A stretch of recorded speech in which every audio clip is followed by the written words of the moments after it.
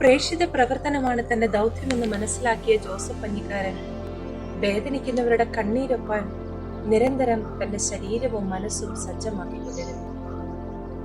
നന്മയുടെ നനവാർന്ന മനസ്സിന്റെ മണ്ണിലേക്ക് വീണ ദൈവവിളിയെ നൂറുമേനി ഫലം പുറപ്പെടുവിക്കാനായി 1913 വൈദിക പഠനത്തിനായി ശ്രീലങ്കയിലെ കാൻഡി സെമിനാരിയിൽ പ്രവേശിച്ചു.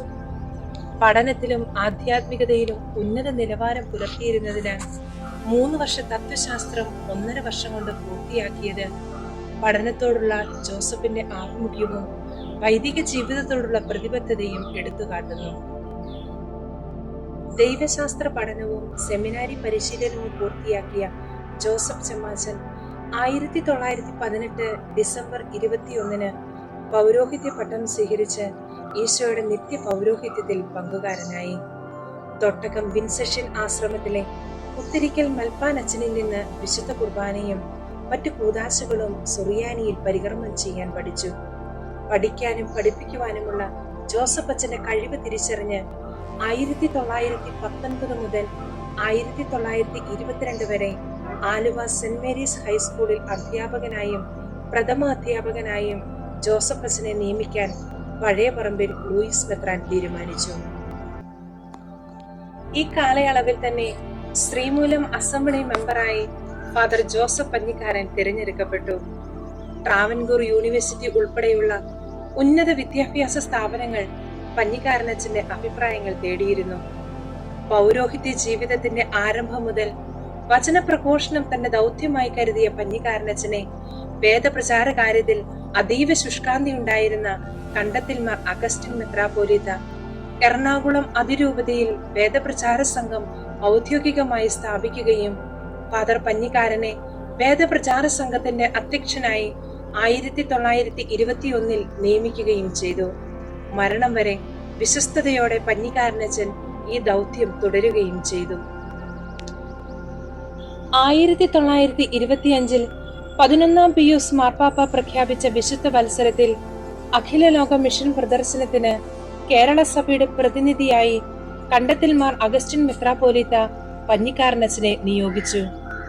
മിഷൻ പ്രദർശനത്തിന്റെ സമാപനത്തിൽ ശരിയായ യോഗ്യതയുള്ളവന് എന്നർത്ഥം വരുന്ന ബനെ മെരേന്തി മെഡൽ മാർപ്പാപ്പ പഞ്ഞിക്കാരനച്ഛന് സമ്മാനിച്ചു. റോമിലായിരുന്ന അവസരത്തിൽ തന്നെ കൊളോജിയോ ആഞ്ചലിക്കോ യൂണിവേഴ്സിറ്റിയിൽ നിന്ന് 1925 1927 കാലയളവിൽ PhD, DD, DCL എന്നീ 3 ഡോക്ടറേറ്റുകൾ നേടിയെടുത്തു. പ്രസിദ്ധീകരണ പ്രേഷിതത്വം അച്ഛന്റെ ഒരു പ്രധാന പ്രേഷിത മേഖലയാണ് എന്നതിന്റെ തെളിവാണ് 1927 ജൂലൈ 3 ആരംഭിച്ച സത്യദീപം വാരിക.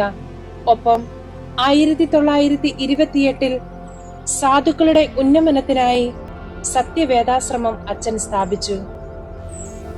പ്രൗഢഗംഭീരവും ലാളിത്യം നിറഞ്ഞതുമായ അച്ഛന്റെ പ്രഭാഷണങ്ങൾ ആദ്യമായി ഇന്ത്യക്ക് പുറത്ത് മുഴങ്ങിക്കേട്ടത് 1919 മദ്രാസിൽ വെച്ച് നടന്ന മരിയൻ കോൺഗ്രസിൽ മേരി അവർ മദർ എന്ന വിഷയത്തെ പറ്റിയുള്ളതാണ്.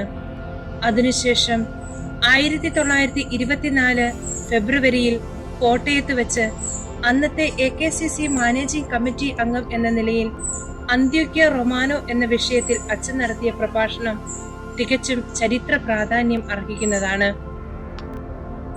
1934 അയർലൻഡിന്റെ തലസ്ഥാനമായ ഡബ്ലിനിൽ വെച്ച് അഖില ലോക ദിവ്യകാരുണ്യ കോൺഗ്രസിൽ അച്ഛൻ നടത്തിയ ഇന്ത്യയും ദിവ്യകാരുണ്യവും എന്ന പ്രസംഗം തികച്ചും പ്രാധാന്യം അർഹിക്കുന്നതാണ്. മനുഷ്യാത്മാക്കളെ രക്ഷിക്കാനുള്ള അക്ഷീണ യജ്ഞത്തിൽ ജീവകാരുണ്യ പ്രവർത്തന മേഖലയിലെ അത്ഭുതമായി മാറിയ പഞ്ഞിക്കാരനച്ഛന്റെ പ്രേഷിത തീഷ്ണത രോഗികളോടുള്ള സ്നേഹത്താലും അനുകമ്പയാലും നിറഞ്ഞു. ആ അവസരത്തിൽ മനസാക്ഷിയുള്ള ഡോക്ടർമാരും നഴ്സുമാരും എന്ന ലേഖനത്തിൽ നിന്നും പാവങ്ങളുടെ പക്ഷം ചേരാൻ, സാധുക്കളുടെ കണ്ണീരൊപ്പാൻ ഒരു ധർമ്മ സ്ഥാപനം ഉടനടി ആരംഭിക്കാൻ പ്രചോദിതനായി. ബാല്യം മുതൽ മനുഷ്യന്റെ വേദനയും കഷ്ടതയും കണ്ട് മനസ്സലിഞ്ഞ് പഞ്ഞിക്കാരനച്ഛന്റെ ചിരകാല സ്വപ്നങ്ങളെ തട്ടിയുണർത്തി അച്ഛന്റെ പ്രധാന പ്രേഷിത മേഖലയായ കോതമംഗലത്ത് അച്ഛൻ ധർമ്മഗിരി എന്ന് പേര് വിളിച്ച സ്ഥലത്ത് അനുഗ്രഹങ്ങളുടെയും അനുമോദനങ്ങളുടെയും മധ്യത്തിൽ അതീവ തീഷ്ണതയോടെ 1930 മാർച്ച് 19 ധർമ്മഗിരി ആശുപത്രിയുടെ കല്ലടിയിൽ കർമ്മം കണ്ടത്തിൽ മാർ അഗസ്റ്റിൻ മെത്രാപ്പോലീത്ത നിർവഹിച്ചു. അങ്ങനെ തന്റെ പ്രയത്നത്തിന്റെയും അധ്വാനത്തിന്റെയും ഫലമായ ധർമ്മഗിരി ആശുപത്രി 1934 ജൂലൈ 3 പ്രവർത്തനം ആരംഭിച്ചു.